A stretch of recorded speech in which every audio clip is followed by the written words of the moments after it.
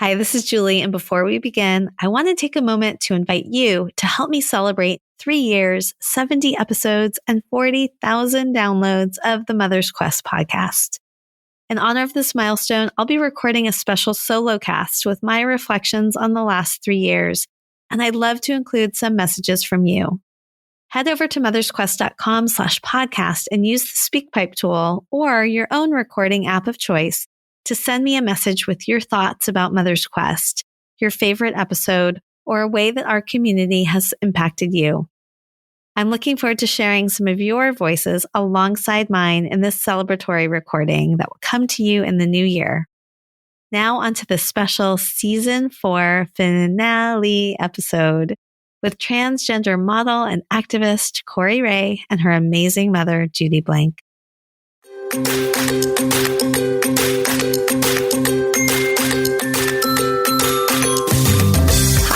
And welcome to Mother's Quest, a podcast for moms like me ready to live our own truly epic life. I'm Julie Neal, a life and leadership coach, community builder, writer, and mom to 2 high-energy boys who challenge me to grow into my best self. I'll be right there. Where was I? In the months leading up to a big milestone birthday, I decided it was time to stop sidelining my dreams and realize that I'm the hero of my own journey. I knew I didn't want to do it alone, so I created this podcast to learn from other moms on their own quest, so their words of wisdom and lessons learned could help light the way for mine. I created this podcast for myself. Come along with me, and you'll find some treasures of your own.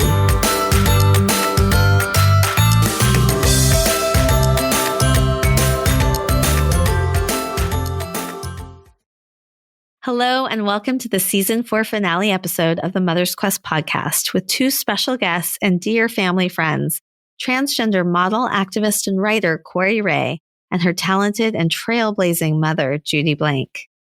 Corey is a 26-year-old activist, consultant, model, speaker, and writer who shatters stigmas surrounding the transgender community. She was born transgender and started her physical transition when she was 15 years old with the unwavering support of her mother, Judy. Shortly after, Corey became the world's first openly transgender girl to be crowned Prom Queen, a story in production for a feature film titled Queen, which Corey is executive producing. A stylist, designer, and creator of hand-carved jewelry with over 30 years of experience, Judy's professional skills have taken her across the industries of television, music, and photography. Her intuitive, detail-oriented approach to hairstyling and personal style consulting has supported hundreds of individuals to feel good about themselves and make meaningful lifestyle changes. Before I share more about this episode, I want to introduce Kathy Molig with this episode's dedication. Hello, I'm Kathy Molig, she, her pronouns. And I'm delighted to dedicate this episode of the Mother's Quest podcast, featuring an inspiring conversation with Corey and her mother, Judy. As a parent of a transgender youth and the founder executive director of Trans Family Support Services, I know the struggles and challenges that transgender folks face daily. Visibility leads to understanding, which leads to acceptance. And as you will hear, transgender people want what we all want, to be loved and accepted for who they are. I dedicate this episode to all of the mama bears out there that are fighting for the rights for their own transgender children, those who are working to make the world a better place for all. Thank you, Judy and Corey, for your openness and honesty in sharing your story. I hope this conversation will help others to understand and have compassion that will move us forward to a world of kindness. Thank you, Kathy, for the incredible work you do through Trans Family Support Services and for this beautiful dedication honoring mothers like you and Judy who champion your transgender children in their journeys. In this episode, Corey and Judy share for the first time together their mother-daughter account of how they blazed a trail in Corey's transgender journey, telling stories spanning from Judy standing up to Corey's kindergarten teacher who wanted to stop her from dressing as a girl during dress-up time, to supporting Corey through her gender affirmation surgery at age 19. Corey also recounts her evolution from living stealth for 5 years after her surgery, when no one around her knew she was transgender, to coming out publicly in 2016 through her first blog post on her site, CoreyRae.com, titled, "Allow Me to Reintroduce Myself." Since then, Corey's become a strong voice in helping others that struggle with gender identity, the transition process, or coming out, and has actively shared her personal stories and advice on her blog, on a monthly column on stylecaster.com, in publications like Vogue, Cosmopolitan, People magazines, and at events like the Makers Women's Conference. She's currently the new campaign model for the beauty subscription brand Ipsy, and had what I call an epic snapshot moment, posing with her mother in front of her LA billboard, a photo we used for the podcast art. This conversation had me in tears many times. I was moved by how Judy transformed her childhood experiences of being bullied into fuel for becoming a rock-solid ally for her child. How her experience raising a transgender daughter when few resources and knowledge existed sparked a deep desire to support other families and their children so they don't have to feel alone. And how, after years of helping Corey become her authentic self, Judy is now experiencing her own rebirth after a challenging divorce. Recording this conversation live in a recording studio on the eve of my 48th birthday and the birthday of the Mother's Quest podcast felt like the representation of everything I hoped the podcast would be when I created it 3 years ago. A space for transformative, inspiring conversations that invite all of us to live more fully. I hope you'll listen to this episode with an open heart and mind and say yes to Judy and Corey's challenge to truly listen to our children, to embrace them, and help them grow into the fullest, most authentic expression of who they are. I'm Julie Neal, and this is Mother's Quest.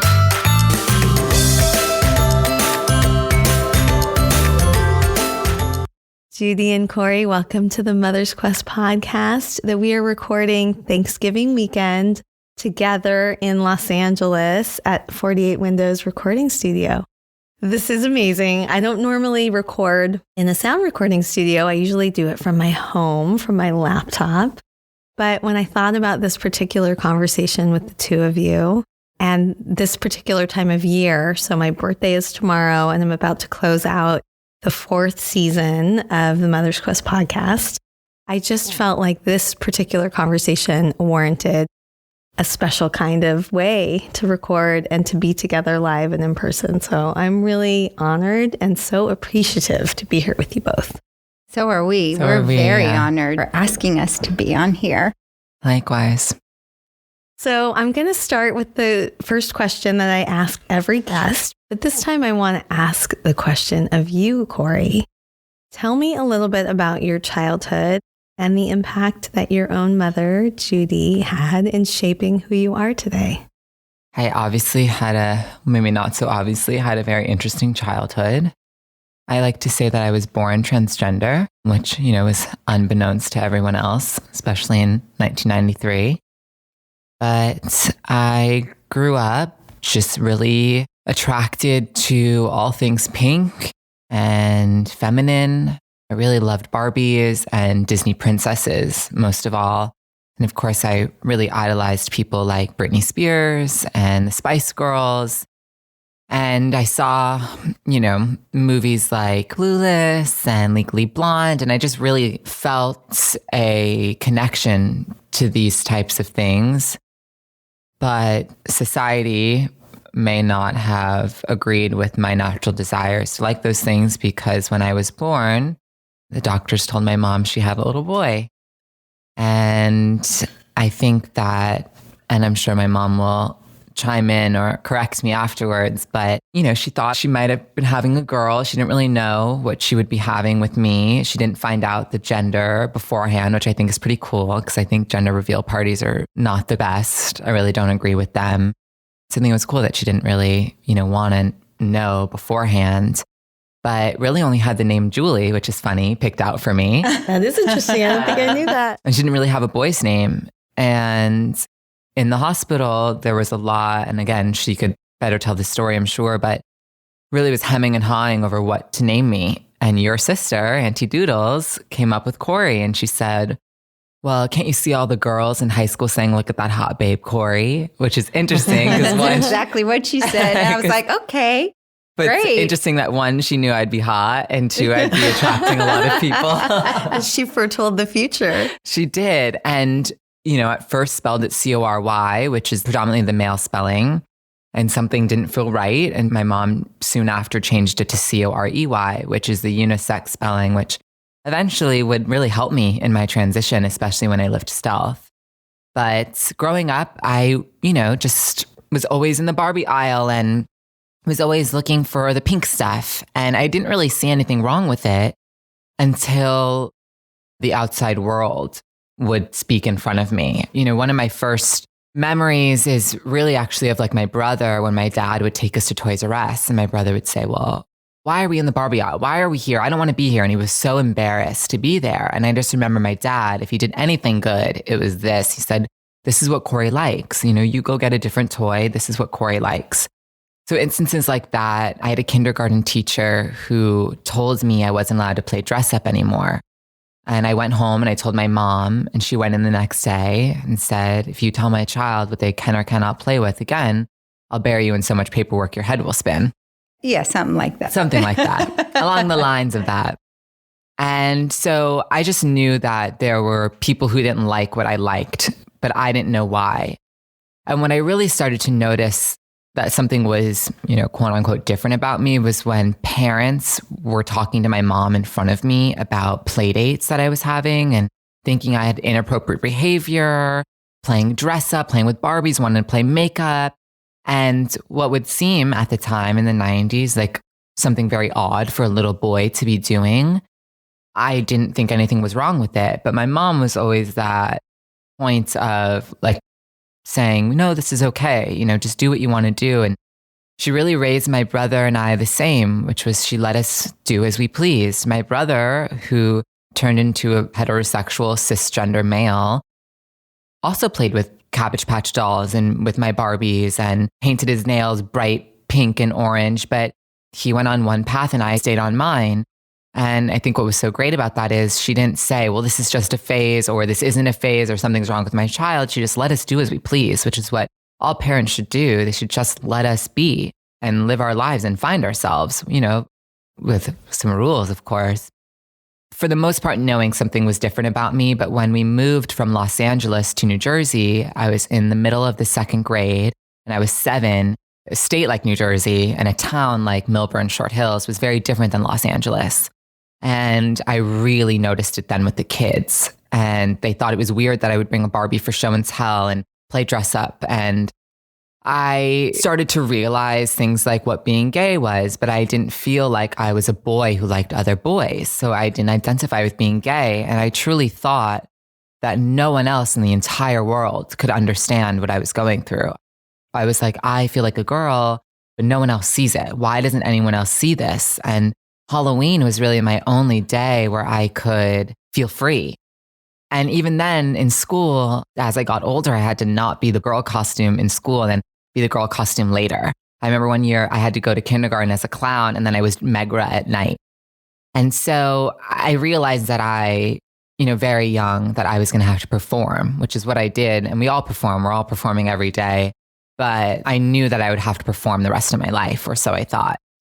And between like the 2nd and 5th grade, when I learned about, boy versus girl, and we had like this pre-middle school health class, I was put in with the boys. And that was like the defining moment for me. Like, oh my God, I'm really a boy. Like I'm learning about armpit hair and deodorant. And then I got to like together with my girlfriends and they learned about periods. And I was so mad I didn't learn about a period. I was like, I want a period. So that's when I knew that I was definitely on this one path and that there was nothing I could do about it. So I started to pray every night to wake up a girl or with a vagina. I would say, please God, let me wake up a girl. Let me wake up with a vagina. Like I kept wishing I was born like my girlfriends. And I felt that. And through middle school and through most of high school and through most of my life, I felt like my life would have been so much better if I was born a girl. I would have had all the boyfriends. I would have been the most popular girl in school. I would have been a cheerleader. I would have done everything I wanted to do. I would have been that legally blonde, clueless, mean girl's girl, which I ended up being that mean girl, but just not in the way I should have been. And so I took that with me and I watched all my friends in middle school and high school and learned from their behavior. And then once I started to transition, I unfortunately took on that catty behavior that they had already grown out of. But growing up, I just, tried to be the best I could during the day at school. And then when I was at home, that was my time to feel safe and play dress up still and play with my Barbies. And at an age where you were too old to really be doing dress up, in middle school, girls weren't playing with Barbies anymore. Girls weren't dressing up after school, but it was my outlet. It was the only way I could express myself. And mainly in high school, but towards the end of middle school, I would catch myself in a daze. I never felt challenged by school. And so therefore I would just sit and stare out the window and imagine every second of my life as a woman. Like, what would this be like as a girl? If I'm walking down the hallway, what would it be like as a girl? If I'm in class and this boy's staring at me, what would it be like if I was a girl? Auditioning for the musicals. Every step of the way, I was just trying to imagine a different life. And I created a misconstrued fantasy world of that. And I lived in it 24/7 until I transitioned, which I started at the age of 15. I have a question for you. Okay. But before I get to that one, listening to you talk about what this was like, I can feel how exhausting that could be. Definitely. To be living a life and having this parallel fantasy world alongside it. Yeah. What was the impact of living that way for you? It trickled into post-transition for me, where I had the privilege to be passable. Passing privilege is made up of two things. One, your socioeconomic background. If you're able to afford a new closet, hair if you need it, facial feminization if you need it, surgery if you want it, and also your genetic makeup. Do you look like your mom? Do you look like your dad? Are you smaller framed? And passing privilege is stemmed from safety, really. Can we be safe in the world? Which I had all the privilege in. Not only am I white, which automatically gives me privilege, but I have blonde hair and green eyes, and I was pretty. I was very feminine looking in my male body. So I moved throughout the world with a ton of privilege, and I tricked myself and my friends and my boyfriends into thinking I was cisgender, which means I identified with my body at birth, which I did not. And so creating that fantasy world only aided my fake life. I lived a double life where I didn't introduce my high school friends to my college friends. I just didn't want anyone to know in college that I was trans. And stealth means not disclosing to anyone that I had transitioned. And so when I was living stealth, which was 4 years of college and 1 year after college, I took that fantasy world and kept it going. Not imagining what my life would be like, but pretending I had never transitioned, and really convinced myself at times I could get pregnant.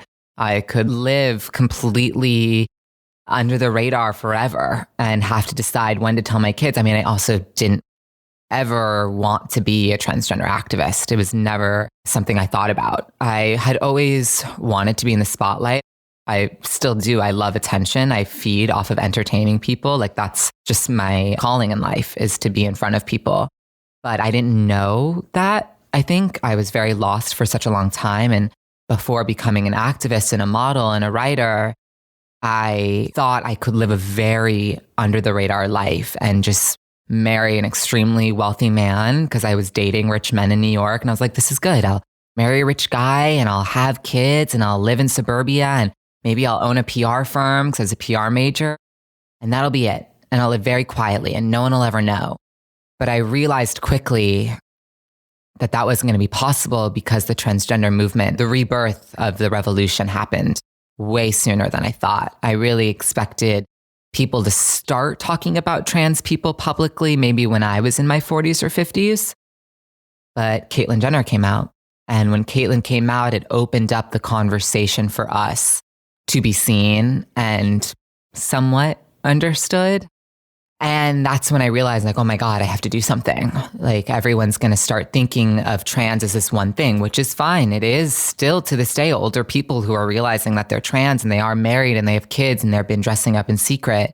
But it's also people who are young and can transition and live happy, successful lives as a woman.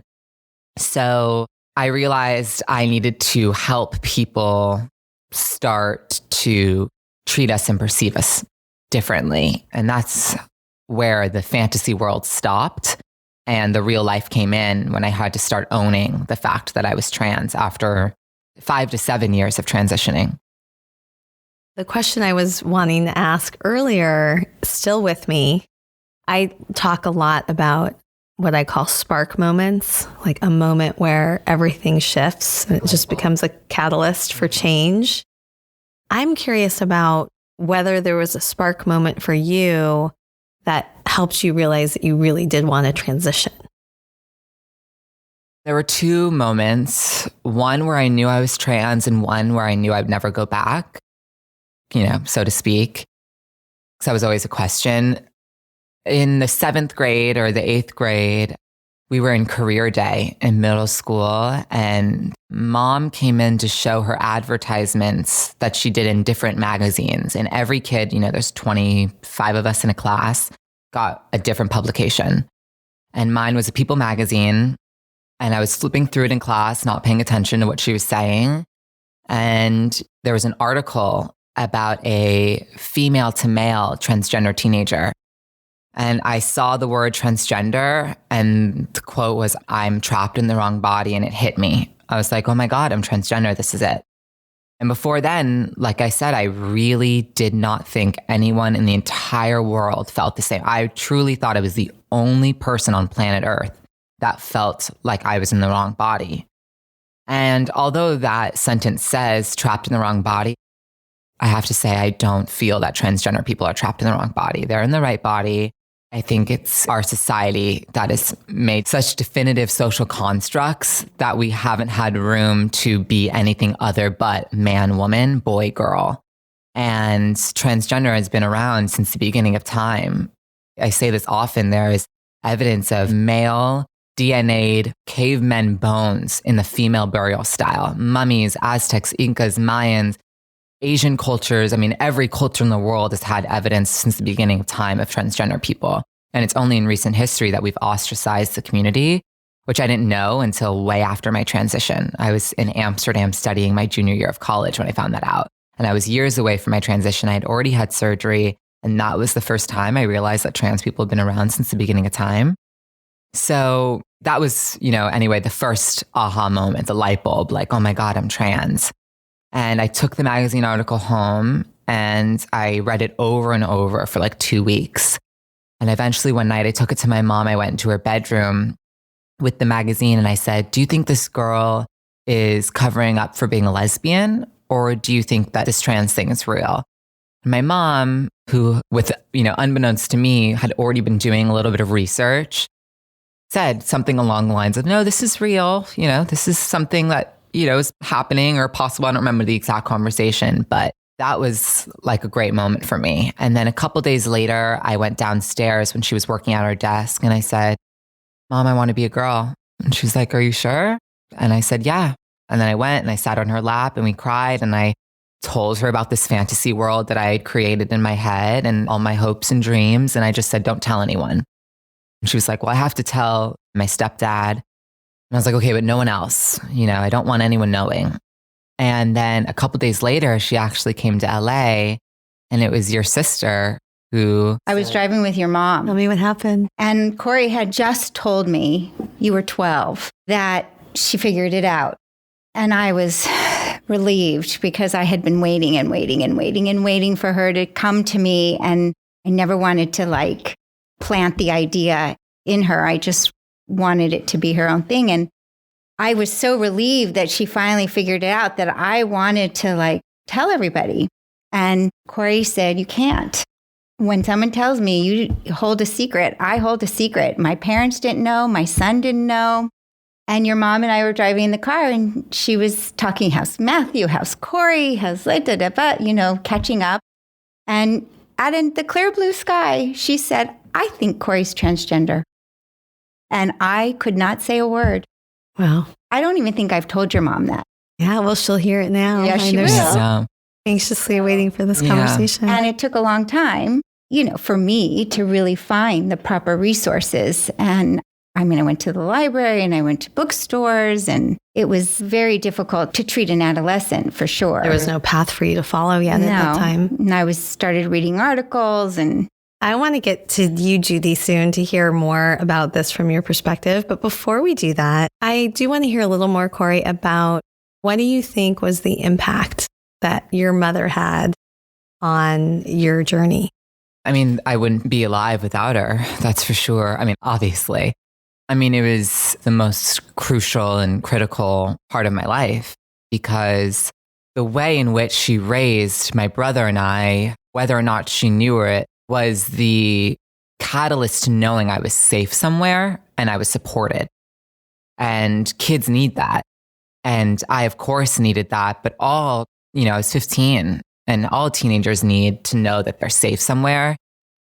And in the town that we grew up in, which was of opulent wealth and kids getting everything and mostly being more close to their nannies and their parents, I had my mom, and I knew that someone somewhere would be okay with me. When I told her I was trans in that first aha moment, she said, okay, and embraced me quite literally. And so I don't know if I knew it, but I took that with me the rest of my life, that somewhere, I was going to be okay. And that had all the impact in the world, because in every step of my life, I knew I had someone there to help me. And, she's my best friend. She's, the only person I've had to rely on. I haven't had a solid father figure to go to. And that's, the typical thing. A daddy's girl, you think she goes to the dad for the advice, but I only had my mom and my dad in my mom. And so that helped me know that I would be successful in whatever I did. But she challenged me a lot and forced me to do things I didn't want to do. It shaped me. It's the most instrumental part of my life is her. The other aha moment was walking into surgery with my mom. And it was the day after my 19th birthday. So all these years I prayed to wake up with a vagina, and, 19, I did. And we were walking into the surgery wing, and we were at the doors before she had to say goodbye. And she said, I don't care about the money. I don't care about anything else. If you want to walk away from this, if you're not ready, that's okay.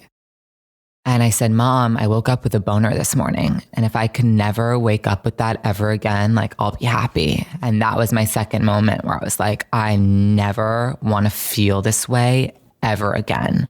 I just was so done with that life and so ready to start new, because I was at a standstill. I could not move forward without a vagina. For me personally, as a trans woman, that was what it meant to be a woman. And no trans person is the same. No two people are the same. Penis, vagina does not equal man, woman. But for me, that's what complete was. And so, her being there and telling me I don't care about anything else. If you are not comfortable with this, let's not do it. That was okay, but I am. Let's go for it. And I did. I'm probably going to just cry through this whole interview because I'm already just very teary. Because, see if I'll be able to talk. I've obviously known you your whole life, Corey, and so I've been alongside in some ways. Obviously, there was a lot that we didn't know, but there was a lot that we, became in the know about as you went on. And I have just marveled, Judy, at what an incredible mom you've been. Thank you. From the very start. Oh, goodness. We were talking about this before we came, that I always ask my guests about these epic guideposts. And that epic has two meanings for me. One is about stepping into this life that's really filled with all the things that matter most to us and becoming the fullest expression of who we really are. And we're already coming to a lot of that in our conversation. But EPIC also is an acronym mnemonic for the guideposts that I think help us live that life when we're raising our children. And so the first guidepost, E, stands for engaged mindfully with our children. And so I want to know, because this has been a question that I've sat with as long as I've been watching you be a mother.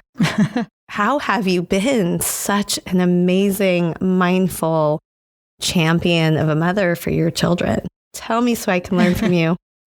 Thank you. Basically, from the time I can remember, I have been told that I was stupid, that I would never amount to anything.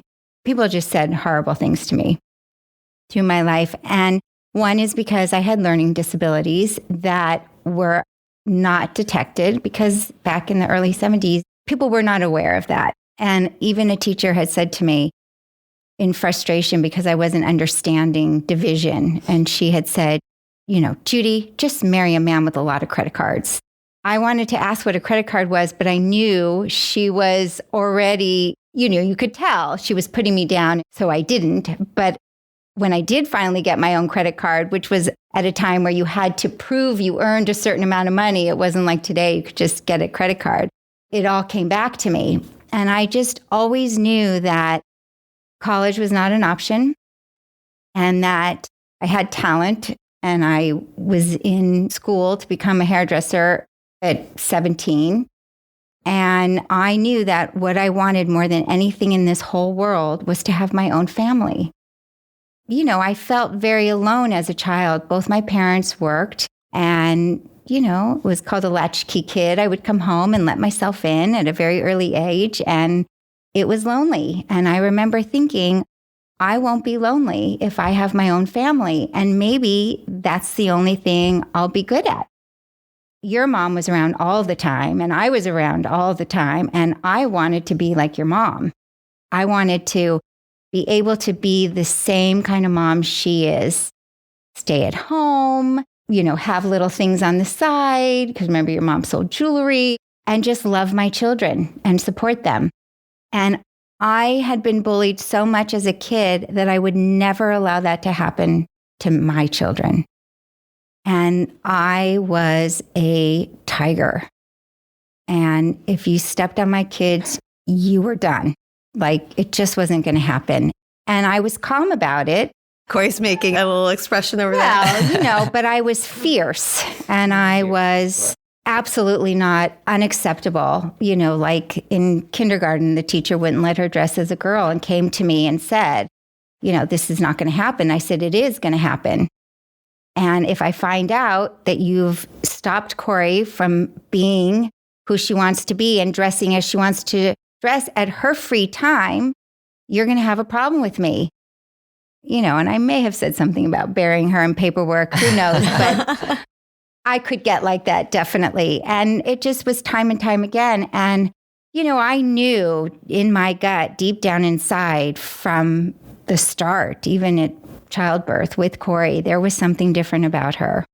It was definitely a distinction that I had made immediately before they even let me touch her, because, they whisked her away and they do their whole little thing before they bring her back to you. And I remember looking at everybody paying attention to her and thinking, this is different. This child is different. And there was no name. I always have just known that deep down inside. You're not aware of that distinction, that you're doing something because your child's different. And I didn't know what. I just knew. We look back at pictures and I say to Corey, who dresses a boy like this? I didn't dress your brother like this. And I realized I had been dressing my kids to their personality, and just going with them, watching them and just going with the flow. Matthew was this athletic, butch, had that nice, cool, raspy voice, and, right? And he was a dude. I dressed him like a dude. And Corey was always very sweet and attached to me. And, I dressed sweet little Corey like a sweet little boy. Like 90s boy style. Very like cute. pinks and purples and teals and yellow and, Anyway, so we were talking about how you do this. Right. Basically, it was just because of how hard it was for me to grow up and being the baby of the family of 3 kids. It wasn't going to happen to mine, and I was going to fight for them. See, here's the thing. I've been divorced twice now, which is, not proud, but I have. And both men were very abusive, but it looked different. One was physically and verbal abuse, and the other one was what they call gaslighting, and just really had a control and a hold on me and a mindset that I was completely losing who I was. After I rescued myself and freed myself of all of that, looking back, I realized when people would say, "Was your dad like that?" And I was, "No, my dad is the sweetest, kind. He gets frustrated easily, but he just wants to say yes right away to everything and is just gentle and soft-spoken and fun and a great sense of humor and not uptight." And so I would say, no. No. But then I realized it was the woman influence. And that's what I was used to. And that's what I felt was love. Because my mom was very demonstrative and she always told me she loved me. I knew I was loved, clearly. She would hug me, she would kiss me. But on the norm, day to day, I was always on pins and needles. My brother, the way he dealt with it, he was quiet and went to his room. The way I dealt with it was, pay attention to me. I need love. I need someone to acknowledge me. That I was beaten up at school, which my parents probably never even knew. That I was put down at school.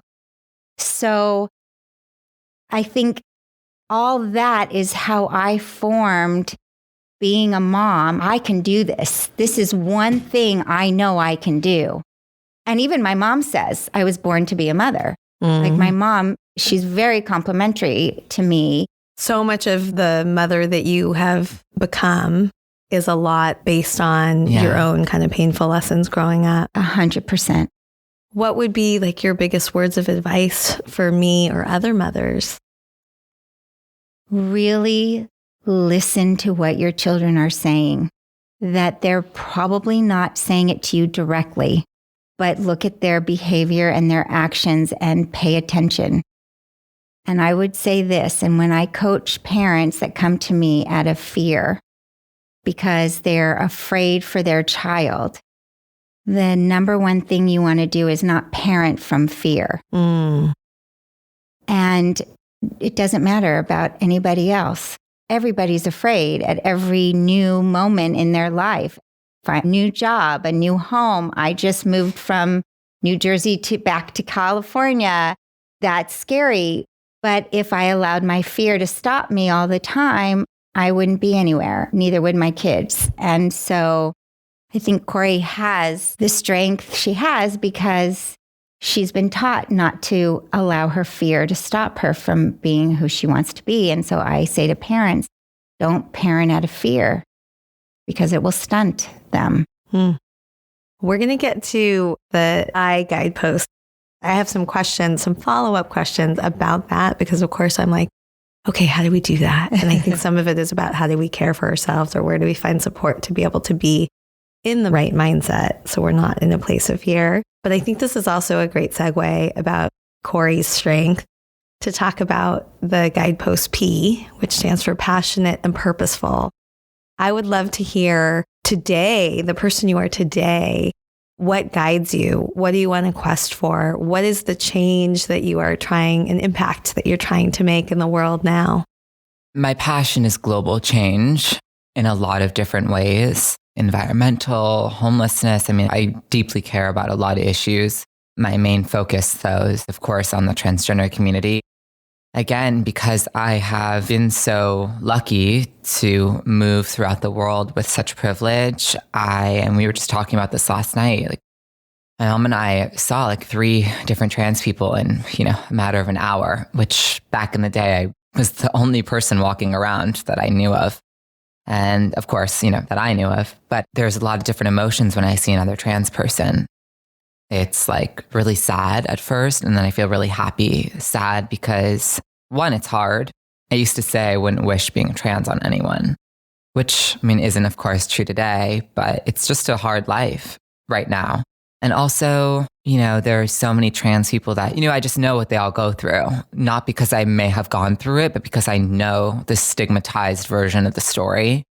And so I feel sad, and then I feel happy. We were saying we feel happy because they're living their lives, they're living their truth, they're being authentic to themselves, which is like the most important possible thing. And my main mission is, yes, how we perceive and treat transgender people differently, but also like I want us not only to be accepted, but I want us to be understood. And we need education on where we come from and who we are, and destigmatizing the typical, oh, it's a gay man who's afraid to be gay, or oh, it's an older person who's hiding from their wife and children and dressing up, which is a very stigmatized and sometimes true case for older generations of trans people who didn't know what trans was before and are realizing what trans is and become, their true selves. But also, deconstructing what it means to be trans. We don't need to walk and talk and act any certain way. I just rekindled my relationship with my therapist, my mom found, who transitioned me. And she was saying, she's a diehard feminist. And she was saying what was so interesting about working with me. One, I was the youngest person she had ever helped. And how old were you at the time again? 15. And two, she said that I was so feminine. And I just am naturally a very feminine person. And she's like, well, just, she wanted to relay the message that just because you're trans and you want to be a woman doesn't mean you need to love pink. But like, I genuinely love swaying my hips and pursing my lips and wearing pink. And that's just who I am. You know me, I've always been strutting. I've always been like posing for pictures, and I want to deconstruct what I have. I mean, I didn't have facial feminization surgery, but like, you don't need facial feminization surgery. You don't need to look a certain way to be a woman. You don't need to act a certain way. I had vocal therapy and I threw it out the window. I don't always mind my voice. Most people don't like my voice, and they'll tell my mom like, Corey should really work on her voice, but like, it's my voice and I don't hate it. Everyone hates their voice when they hear it, but it's who I am. I don't want to perform anymore. I'm so sick and tired of performing for other people. And my biggest message of all, trans or cis or gender nonconforming, gender fluid, it's that we need to live our lives authentically to ourselves. And I know that I do that every single day. And I am myself and I'm unapologetic about it. And I am who I am. And I'm not going to change myself for any person that doesn't like my voice, anyone who doesn't like who I am. Like, I'm happy with myself. And it's taken a long time to get there. It's taken me 20 something years to be okay with myself and to understand that I was born in the right body and I am on this earth for a purpose. And I was born this way. I always be like, why me? Why me? Why wasn't I born with a vagina? And I wasn't meant to be born with a vagina. And that's just how it is. And so I think, my biggest passion in life is just letting everyone know that they need to be authentic to themselves and not worry about anyone else. Like she says, parents can't parent of fear of what everyone else thinks. People need to live their lives without worrying about what everyone else thinks. And that's the only way to become successful. And I don't mean success monetarily. I mean successful with yourself. We so often think of success as like buying the Rolex and the nice car and the perfect family. But to me, success is about, yes, money, just because it makes a lot of things easier and I can help a lot of people with money, but also like being who I always wanted to be. And I feel like right now at age 26, I'm finally who I want to be. I've been single for 4 years. I've had every single part of being alone for all this time. And I've learned to love my alone time. And through my alone time, I've learned to like love myself. And I have learned to take care of myself and fend for myself. And I think only at that point, when you're living your largest truth, can you really be successful and happy.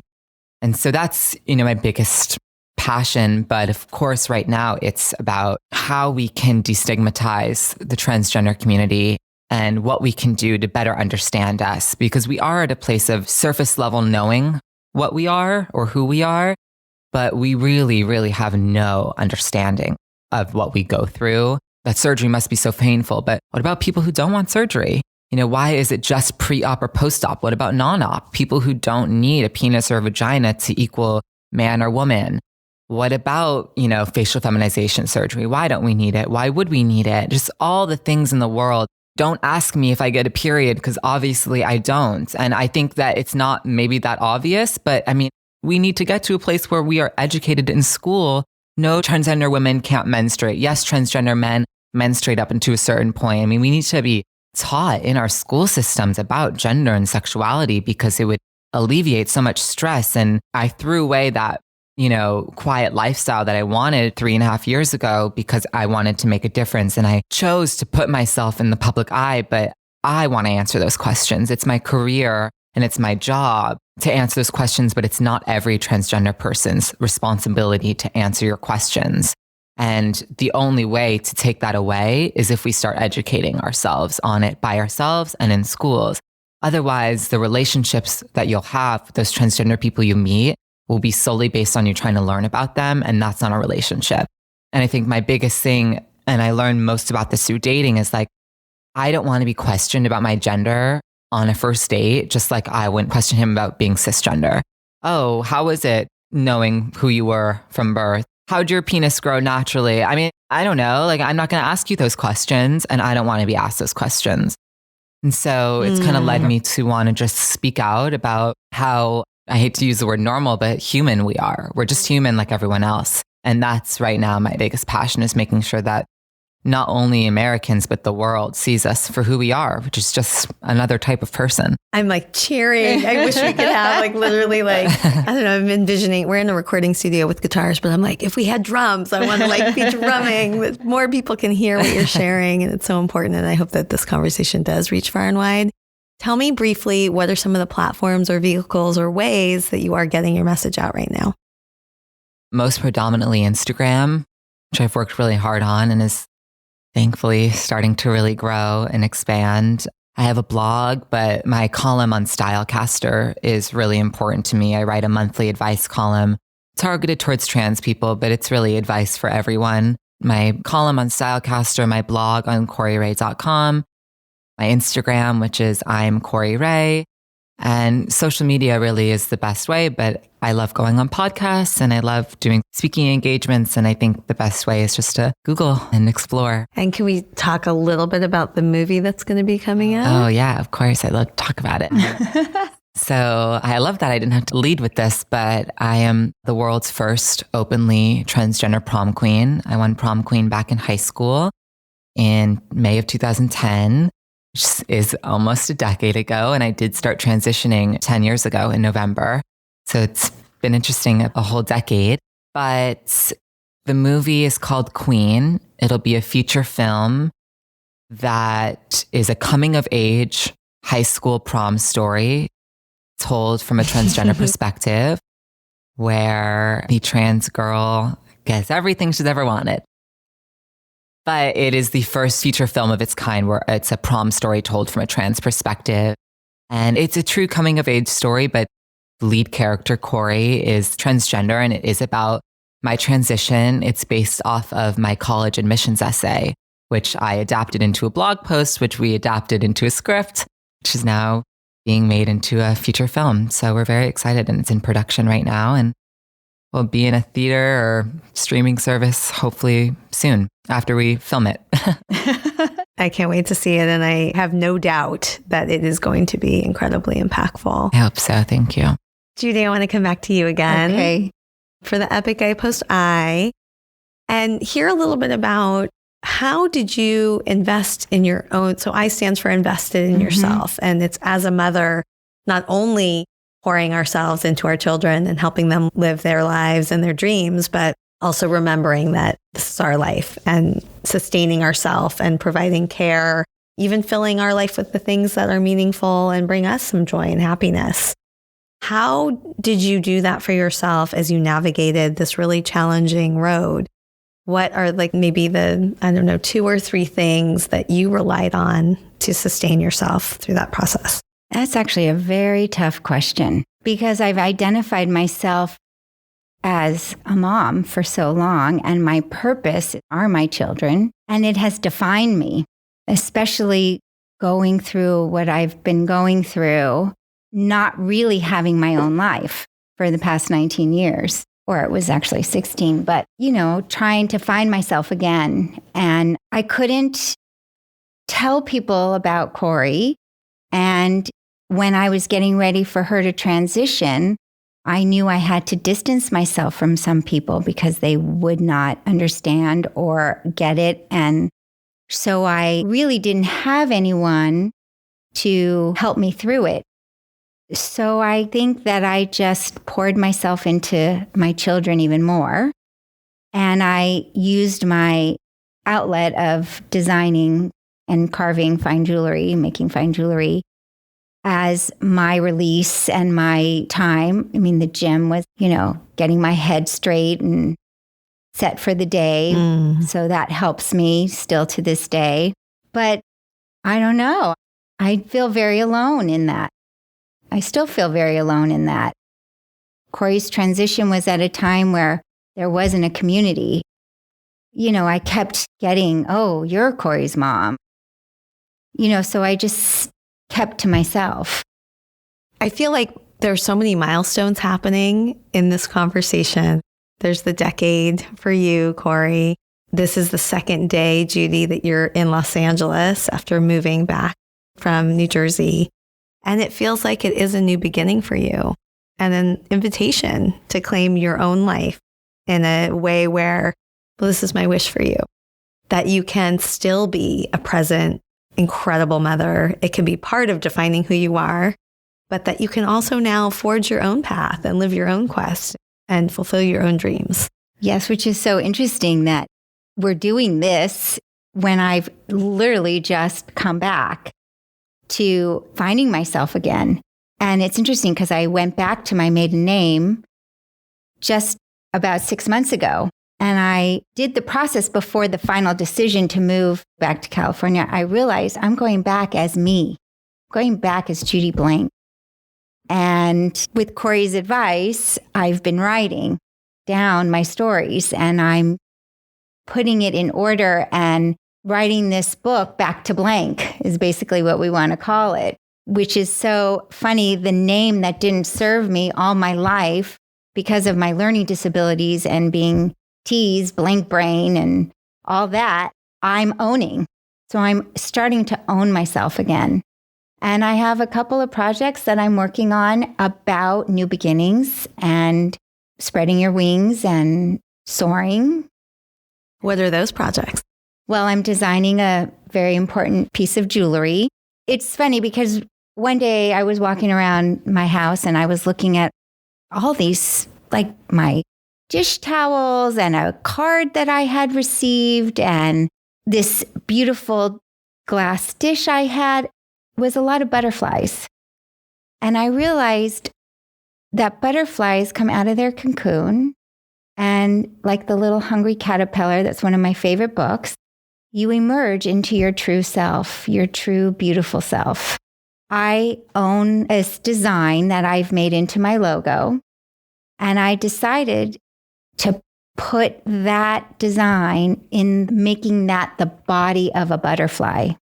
And all the butterfly jewelry that I've ever looked at is flat, and mine is in flight. The wings are in flight. It's angled in flight. I've looked at videos of how butterfly flies. Do they really bend their wings? And so the outside design of the butterfly is where I'm setting stones, and everyone has their own color. And so you choose your color of who you are. Beautiful. This design is in process right now. The design is in process. I've also decided, since I did change my name, that I'm going to change my company name. So I'm in the process of rebranding. And what will the name be? Judy Bud Jewelry. And a bud is like something that grows and opens up, right? So, and that's always been your nickname. And so the Liebermans have named me Judy Bud since the time I can remember. Every time I walked into the house, hey, Judy Bud, and I love how the Liebermans are weaving through this whole conversation. Right. Well, the Liebermans have been part of my life, my whole life. Yeah. Right. So it's appropriate. So when I had to pick an email and I didn't know what to pick, the kids were like, pick Judy Bud because it's your nickname. So I picked Judy Bud. So it's been my email forever. And Corey suggested Judy Bud as my new name for my new business. And I said, that's too simple. It's not very sophisticated.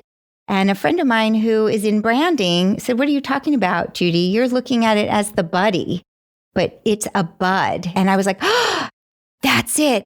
That's the double entendre. That's what I've been looking for. And so there's a lot to do, the business part. Yeah. Finish the design and launch and then my brand.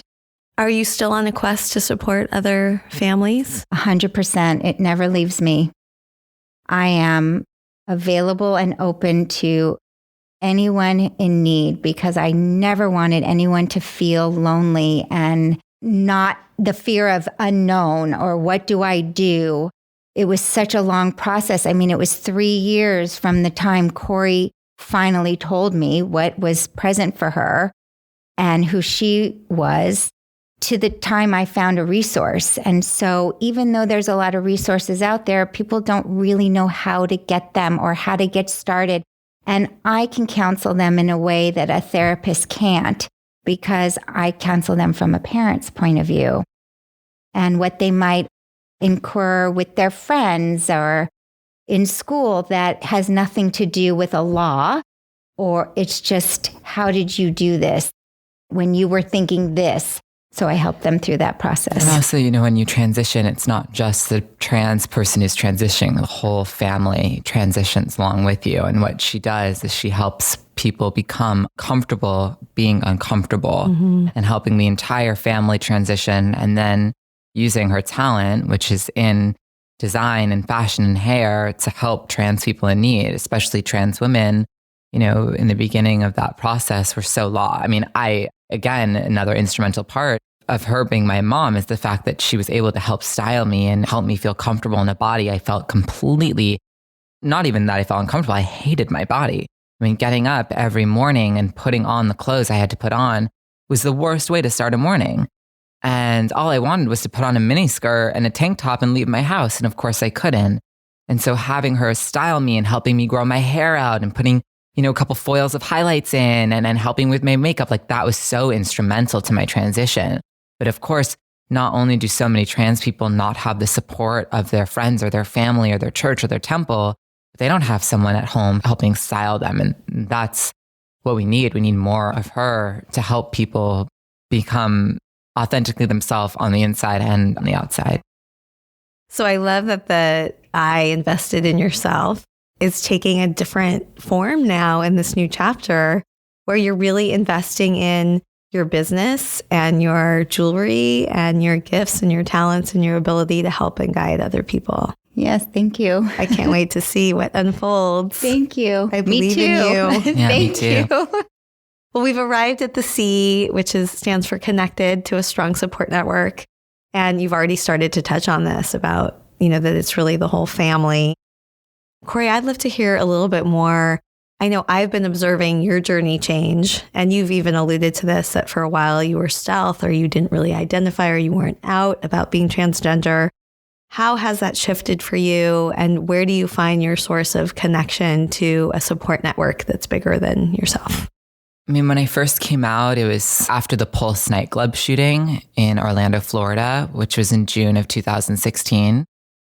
And it was, a year or so after Caitlin came out. And so people were starting to talk about trans people, and I was still stealth. And I started to get nervous. I wanted to get ahead of the curve of the trans revolution, this new wave of the trans revolution, because I knew we were going to stay stigmatized, which we are still stigmatized. And I was working a hospitality job that I really didn't love. And I didn't know what to do about my life, but I couldn't live. This double life was weighing on me, not introducing certain people to other people. And I didn't know where I stood, but I had to meet certain trans people during my transition process. But I also had written a research paper when I was studying in Amsterdam on the difference between transitioning in the US versus the Netherlands, which of course, the Netherlands are so progressive. And I met 2 older transgender people, but I couldn't connect with them. And that was one, because I had a mother and friends in a school that supported me for the most part. So I kept noticing a disconnect when I walked on the street and I saw someone who was trans. I couldn't connect with them. And so after the nightclub shooting, I said, I have to do something. I have to do something. And that was, a predominantly gay nightclub, but not to say that there weren't probably some trans people there. I'm sure there were. And I didn't know what to do. And my best friend, Turner, who was the first person I ever came out to during college, I was in Amsterdam studying with her. And I told her I was trans through my research paper because I found out we had to have someone peer edit it. And so I was like, if I have to come out to anyone, it's going to be her. And We were both like on vacation from our study abroad experience. And she's like, I got your email. I love you. Can't wait to talk to you. And so I told her about me being trans, and she helped me what I thought was going to be write a first chapter of my book. And after the shooting, I was like, I need to get this up. I was making a website at the time for like a model portfolio. And I put it all together and created the blog.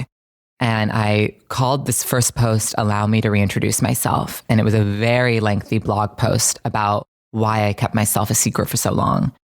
And I put it on Facebook, and pretty much overnight it went viral. It was on Yahoo the next morning, and then Yahoo did an interview with me. And in that way, this was chosen for me. The public figureness of my activism career and the writing career was chosen for me because I was then put onto this role of trans activist, trans writer, trans model for a trans community that I had no connection to. I really had never been able to relate to them before because of the lifestyle I had lived pretending to be cis, and also, again, passing privilege. So the past 3.5 years, I've been working very hard to assimilate myself into the community and meet with other trans people. And every time that I do, I get more and more excited because I'm meeting other trans women now who are my age and who share the same dating experiences or surgery experiences or life experiences as me. And it's very nice for me. And I've met so many trans women who've taught me so much. And just because I'm trans doesn't mean I know everything about the transition. I mean, clearly I've had a very different experience than most. One fellow trans activist of mine, she said she taught me all about the divine feminine, and penis to vagina doesn't equal man, woman. And that's how I'm able to speak about it here. And another person told me about another thing. And so I've just grown myself from meeting other trans people in the community. And I have a couple trans male friends who and I never got to have a group of guy friends like most of my girlfriends had. And I have a group of guy friends now, and I don't even think twice about them being trans. Sometimes I forget. And I was on set shooting a short film recently, and my co-star is a trans man and a friend of mine. And I put soy milk in his coffee, and he's like, I can't have soy. And I'm like, why? And he goes, well, because soy is bad for your breasts. And I had just top surgery. I'm like, oh my God, Jordan, I completely forgot. So it's so nice that I've been able to now connect and relate to trans people and just see them for who they are, because all I want is to be seen for the woman that I am. And it's very nice for me to be able to make friends in the community now. And for so long, I was told, don't come out. People are going to hate you. Other trans women won't accept you. You're not like them. They won't get you. I mean, I had some really horrible things said to me that were total backhanded compliments. And it really halted me from becoming a part of the community. But I love it. I love being a part of the community. I think I do have a problem with the T, and this might be controversial, but I don't think the T should be a part of LGB, just because transgender is a gender, and lesbian, gay, and bi are sexualities. And I think that also keeps stigmatizing us. But nonetheless, it's a community of people who have been ostracized. And it feels very nice that I've been really welcomed with open arms. And I just hope that I can continue speaking for us, because it's become the highlight of my life, is really being able to represent these people. I mean, every day, I'm overwhelmed. Everyone tells me I'm the worst texter, emailer, DMer, Facebooker, because I just get very overwhelmed by the amount of messages I get from people in the community who need my help or that I've helped them. And it's just a lot. It's very humbling, and I'm very honored. I'm not a very emotional person, so it's so weird that I get emotional about this, but I'm very, very, very honored to represent these people and to give them a voice, because it doesn't feel like I do that. I just feel like I'm living my life, but I'm told almost every day how much I've helped someone, and that's very cool. And I always say if I've helped one person ever, that's awesome, but to help people on a larger scale is very cool, and I'm very grateful for it. Thank you for sharing all of that. Of course. We're almost at the end of our conversation, and we're at the point where I invite you to give me a challenge to help me be a more mindful mother, to more fully live my epic life. What challenge would you give me? And as always, listeners are invited to say yes to the challenge as well. Well, I'll go back to what I know best, and what I tell other parents that I try to help is really listen to your children. look at what they're really saying and don't be afraid of it and just love them and allow them. Sums it up pretty well. I mean, you're such a good mother. You know that. We love your family. We just love your family. I'm crying again, of course, because, before we came to record here, I had my teenage angst child, not wanting to leave the room, and my 7-year-old wanting his iPad and screaming. And so I'm always trying to figure out, and they're both differently wired in different ways, trying to figure out how to really support them and champion them and both challenge them to become their best selves, but also accept them for who they are. So I'm taking a lot from this conversation today, which moves us into the final acknowledgments and takeaways. So I'll just start. Can I say one more thing? Yeah, I want to add something too after you. Ask a lot of questions and wait for the answer. And if they don't have the answer, just let it sit. Because what you're doing is you're making them think. Well, thankfully, because I'm trained as a coach and I love inquiry, that is one thing I think I do well. And I think even I can forget to make the space for that. So I appreciate the reminder. I need reminders all the time. Yeah. My kids are grown. Without words, letting them know that you're there for them, or even with words, just like, hey, whenever you want to talk, I'm here. Or whenever you're ready. I mean, the only other thing I'll add is like, what I didn't like when I was growing up was my parents would ask me, like, are you still playing dress up? Are you still playing with Barbies? You would ask me these. Yes, you guys would ask me these things. And I got so mad. You don't remember that? I would get so angry that they were inquiring about what I was really doing. But they were just trying to gauge where I was. But I knew that when I was ready to talk about it, they would be there. And so I think that was something I hated, that they did that. It made me so uncomfortable that they would ask me like, hey, are you still playing with Barbies? Hey, are you still dressing up? But I knew that they were caring. I knew that they just wanted to know where my head was at. This, I think, ties to something that I learned in coaching school about inquiry and about asking questions. It's about the intention of asking a question in service of the other person versus maybe from a place of your own curiosity or a place of nosiness. Not saying you were nosy, but what I'm holding from what you just added, Corey, is when I do ask a question, to really have it be something that is an open question that is more in service of maybe helping them. Absolutely. My appreciation and my biggest takeaway from this conversation, first of all, I mentioned that my birthday's tomorrow, and this is the 3rd year birthday of Mother's Quest. And only the 2nd time that I've recorded in a recording studio. So I had lots of moments during this conversation that I call epic snapshot moments where I'm like, bottle this up. Like, this is everything that matters to me. How many times are we going to cry today? It's everything that matters to me in terms of creating space for powerful conversations that I think have the potential of changing people's lives. And so to be able to hold the space for the two of you to have this conversation, it's just like the fulfillment of everything I set out to do when I created Mother's Quest 3 years ago. So thank you. And my other biggest takeaway is both for myself and in the model that I hope to be for my children, but also as I mother, to really hold, continuing to step into being the most authentic version of who I am and who they can be. What are you each taking from this conversation? I have a lot to learn before I become a mother. That's my takeaway. This is the first time my mom and I together have done a podcast. This is her first podcast. I've done a few of these before, and I find them, sometimes to be, I don't know if cyclical is the right word, but I often tell a similar story, which I'm excited to not tell the same exact story today. But I think I just took away being able to do this with my mom is a very cool point, how full circle that.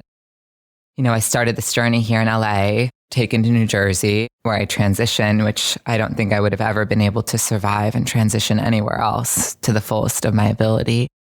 But now, I get to be on a podcast together. That's very full circle. And I'm just taking away that, very cool opportunity. We're alive, we're healthy, we're ourselves, we're finding ourselves.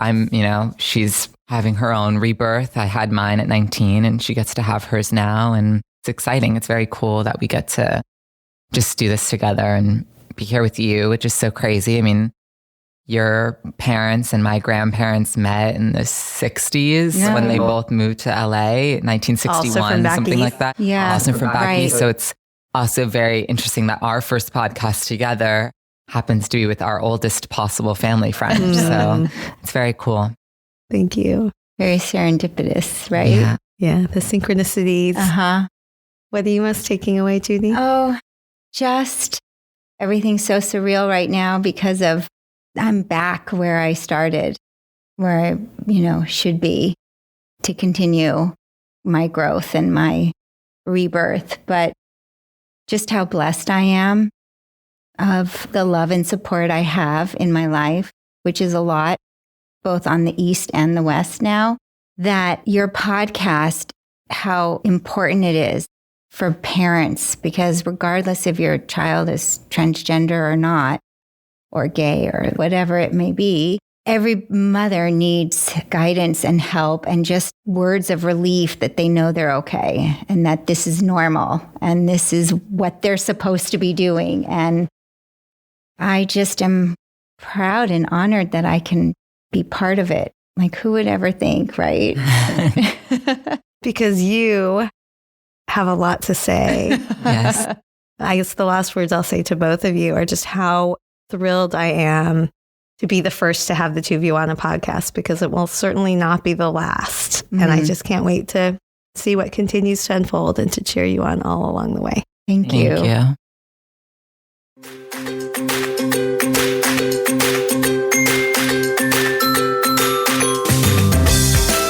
Thank you so much for coming along with me on this episode of the Mother's Quest podcast. I hope this conversation sparked something that will help you live your epic life. If you'd like to get show notes and learn more about the Mother's Quest community, head over to mothersquest.com. And while you're there, I would love it if you would follow the prompts to subscribe, leave a review, and help us spread the word. I want to end with some words to help light the way on your quest. Seize the day. Love your people. Honor your gifts. Until next time.